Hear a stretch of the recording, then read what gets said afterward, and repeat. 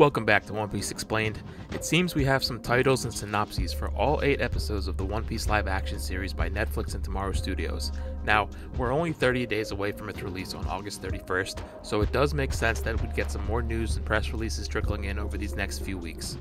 The information we'll be talking about today comes from Murphy's Multiverse, who cites this to be from official press. I will add a disclaimer though that they tend to have a decent track record with these kind of things as far as I can tell, but at the time of recording I can't find other outlets corroborating this report, so we should take this with a grain of salt until we see it confirmed by official sources. Also, in the face of the WGA and SAG-AFTRA strikes, let me take this moment to say that I am not an entertainment journalist, nor is this channel affiliated with anything like that. I am an individual with a passion for One Piece who wants the series in all of its capacities, whether that's the manga, the anime, or the live action, to be successful. Writers, actors, and honestly, anybody who has to perform labor to make a living should be fairly compensated and treated with respect. As far as I'm aware, the current official stance of the striking parties is that covering news about a completed studio production is okay, and drumming up excitement and interest for these productions helps to show how crucial and irreplaceable these employees actually are. Now, like I said, take all of this with a grain of salt until we get further confirmation. I'm only covering this because the source is somewhat credible as far as I'm aware, and I know some of these episode titles had floated around a few weeks prior as part of an alleged leak, and I don't think that helps corroborate this report in one way or the other. Also, big spoiler warning if this turns out to be true. Some of these episode descriptions tell us a lot, or at the very least implies big things. So, if you don't want to be spoiled for the live action series, please click out of this video. With all that said, let's get into it. One of the creators and showrunners of this show, Matt Owens, is reported to have said that the season is set up in 4 2-episode arcs, where we meet a new Straw Hat in each one and get to know them. Structurally, this makes a lot of sense for an 8-episode season, and feels like it'll give us ample time to spend with each member of the crew as they join. Early on, there were a lot of hesitations from the community at large about how they could fit roughly 100 chapters of source material into 8 episodes. So splitting them up like this in conjunction with how some story arcs are conflated could work out very well. So here are the episode descriptions as well as the writers and directors for each episode, and we'll be talking about each one in depth. Episode 1 is fittingly titled Romance Dawn, and it's directed by Mark Jobst, and the teleplay was written by Matt Owens and Steven Maeda, the creators and showrunners of the series. Monkey D. Luffy, an optimistic young pirate with dreams of finding the One Piece, sets off in search of the loyal crew he needs to navigate the vast oceans. His journey begins when he helps Koby, a deckhand forced into servitude, escape an undesirable situation. While in Shellstown, Luffy meets Roronoa Zoro, a famed pirate hunter, and Nami, a master thief, and the three form a tenuous alliance. So, right off the bat, it seems to me that the first structural departure from the source material that this series may take is that the series will start out much more like the anime, with Luffy on his journey and winding up in the barrel and meeting Koby and Alvida, rather than opening with Luffy's flashback with Shanks. This does make sense to me, as you would want your main character in their true form to be the first thing someone sees when they turn on the show, which is likely why the anime started out like this as well. Now, I could be wrong, and maybe they are able to fit it in here, but given how much actually happens in this episode, it seems difficult to me, especially if the Roger execution is going to be the opening prologue of the episode. It also seems that this episode will explicitly cover the first 7 chapters of the manga, with the whole Koby Alvida ordeal all the way through the events of Shellstown with Axe Hand Morgan. And, as we speculated from the previous trailer, it does seem that Nami will be part of the Shellstown situation. Note the specific phrasing here with tenuous alliance, suggesting Nami's character arc across the East Blue. And Luffy's flashback aside, this episode does sort of account for all of the story beats from Volume 1 of the manga, as the final chapter in that volume is Chapter 8, titled Nami. Episode 2 is titled The Man in the Straw Hat, and it's directed by Mark Jobst and written by Ian Stokes. Luffy, Zoro, and Nami find themselves imprisoned on an island overtaken by the deranged clown pirate Buggy. Koby joins the Marines and proves his mettle. Now, the second episode seems to loosely adapt chapters 9 through 21 of the manga, which make up the Orangetown arc where the crew encounters the Buggy Pirates. The episode title here, of course, may be a reference to how Luffy's straw hat is a point of contention for Buggy, as it reminds him of Shanks. This leads me to believe that Luffy's backstory in Chapter 1 may be adapted here in the second episode, and this would be just like the anime as well, since they don't adapt it until Episode 4, just before the Orangetown arc. The episode title would then refer to not only Luffy, but Shanks, which would then allow us to see how Luffy got the hat in the first place.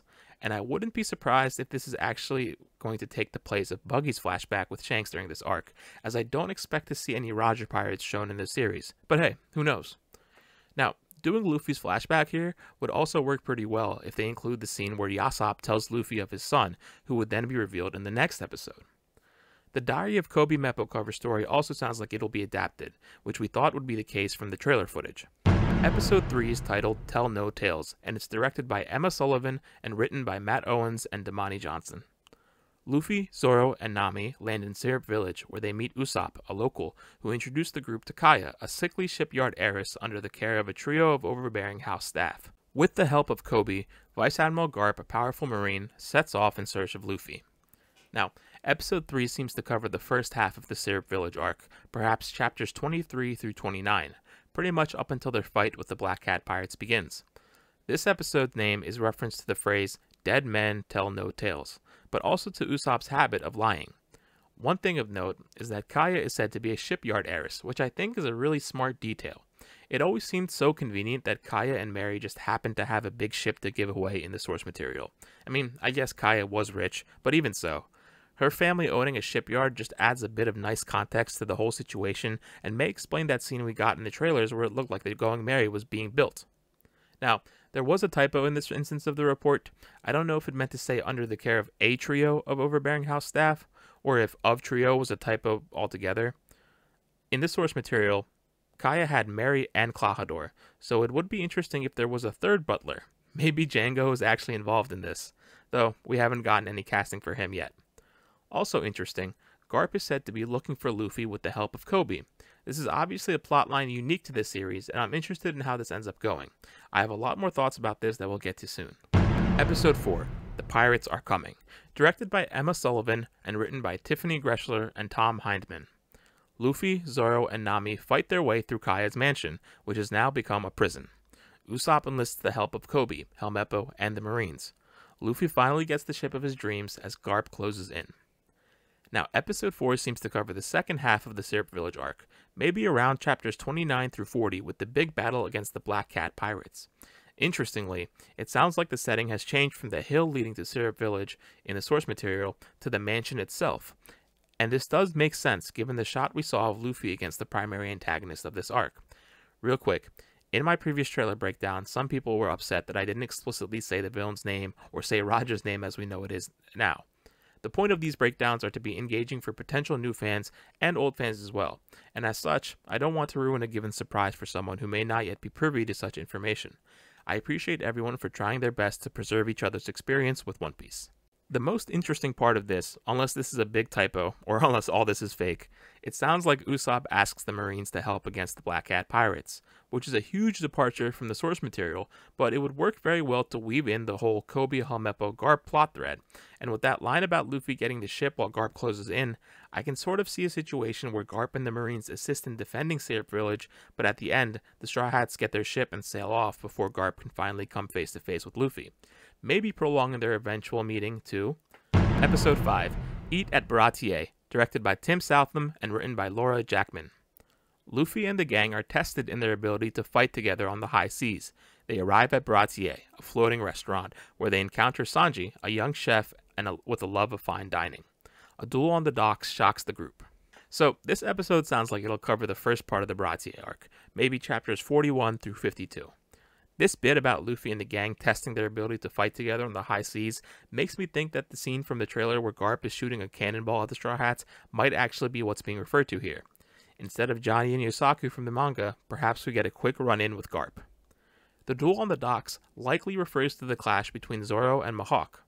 I said Mihawk. I know it's Mihawk. I've been saying Mihawk for like a decade plus because I mostly read the manga, but I'll try and get better at pronouncing it right for you guys. Unfortunately, it doesn't seem to be that Don Krieg will be a big player here in this arc.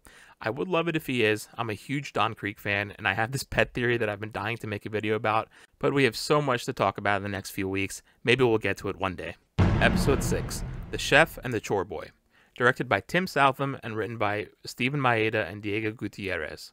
The group is ambushed by a threat no one sees coming. After a hard-fought battle at Baratier, Sanji finally follows his dreams, while another crew member shows their true colors.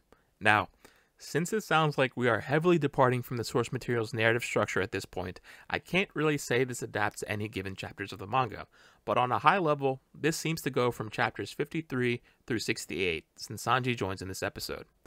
The ambush no one sees coming, unless you watch the trailer, then you know exactly who's coming. Hey, who knows, maybe they got us and surprised us with Don Krieg, but no, this is likely the Arlong Pirates.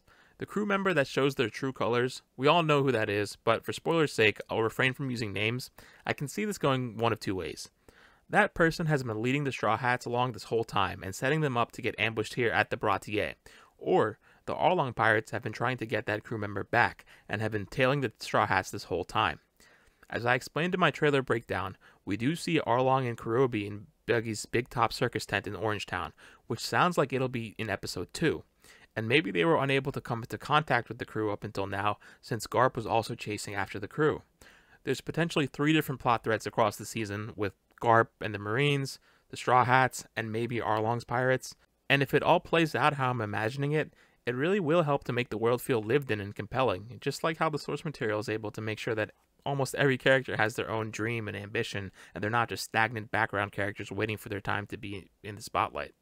Also, real quick, the episode title refers to a chore boy, which may suggest that we do get a chore boy Luffy in the show, just like in the manga. Episode 7, The Girl with the Sawfish Tattoo. Directed by Joseph Woladyka, written by Tiffany Greshler and Ian Stokes and Alison Weintraub and Lindsay Gelfand. The crew comes to the aid of a member in dire need of a family. Now, the descriptions of the episodes start getting a bit vague here, likely to obscure any details about the finale as we build up to it. And as such, I can't necessarily find a range for which chapters this covers, but I assume this will touch on most of the Arlong Park arc. The title of this episode is a reference to the novel and films The Girl with the Dragon Tattoo. Episode 8, Worst in the East. Directed by Joseph Woladyka, written by Matt Owens and Stephen Maeda. A new pirate crew is born. The title of the finale of the series may be a reference to Chapter 96's title, which was translated back then in the Viz translation as The Meanest Man in the East. Now, this is the chapter where Luffy's first bounty is issued, and the crew lands in Loguetown. Now, going off the initial comment about how each crew member is getting a 2-episode arc, it makes sense to me that this episode is the conclusion of the Arlong Park arc, but the chapter it references being the start of the Loguetown arc does give me some hope that we get Loguetown in this episode. After all, they did build part of a Loguetown set for Roger's execution, so they may want to get some more mileage out of it.